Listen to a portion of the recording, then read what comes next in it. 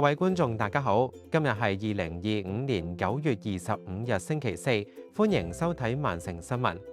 今日嘅主要新聞有 Stockport 計劃興建過千個新住宅，Sail 電車衝燈，歐盟將推出新出入境系統 EES。Stockport 計劃喺 Woodford 村附近興建超過1000個新住宅單位。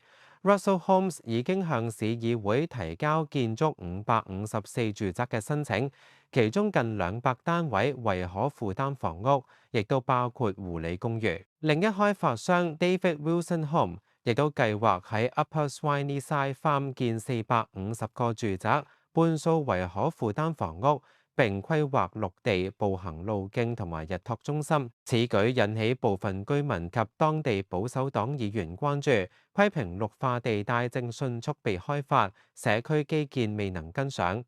議員 Peter Crossan 指控市議會遲遲未制定地方發展計劃，增加綠帶被侵蝕風險。但市議會領袖 Mark Roberts 反駁，指自由民主黨正係努力保護綠帶，並且批評中央政府提高建屋目標，阻礙地方規劃。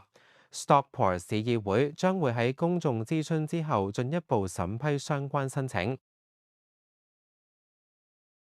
曼城一架輕軌電車喺交通燈顯示綠燈嘅時候穿越繁忙路口，驚嚇到一名駕駛者。事件發生喺9月21號傍晚，地點位於 Sail 嘅 Northampton Road。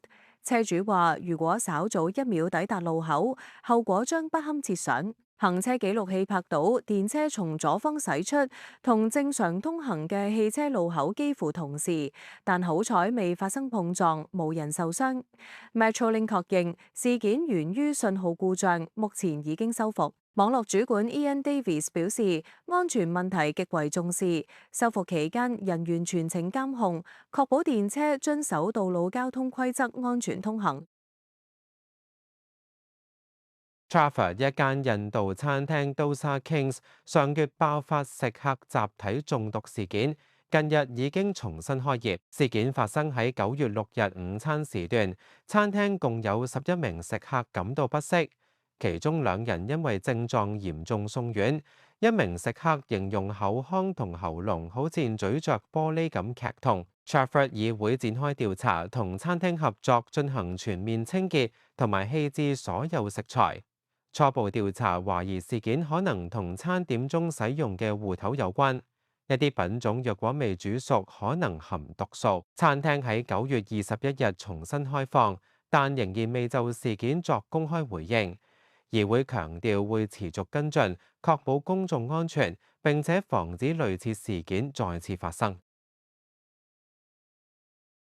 下個月起，英國旅客前往歐盟29個國家將面臨嚴格入境新規，但係有2個例外。自10月12日起，歐盟將會推出入境退出系統 EES， 要求英國及非歐盟旅客喺申根區短期停留嘅時候進行護照掃描、指紋同埋影相，並生成有效期3年嘅電子記錄。之後出入境只係需再次掃描護照同埋提供指紋或者照片。然而，愛爾蘭同塞浦路斯唔屬於申根區，因此英國旅客可照常入境，無需提供指紋或者照片。政府提醒，隨住 EES 推出，歐洲大陸邊境通關時間可能延長，建議旅客預留更多時間通關。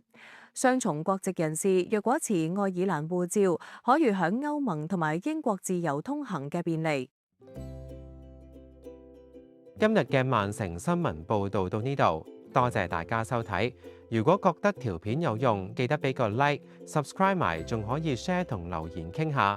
如果真係想再實際支持我，可以用 Super Thanks 或者經 PayMe 同 PayPal QR Code 支持。多謝晒大家，我哋下次再見，拜拜。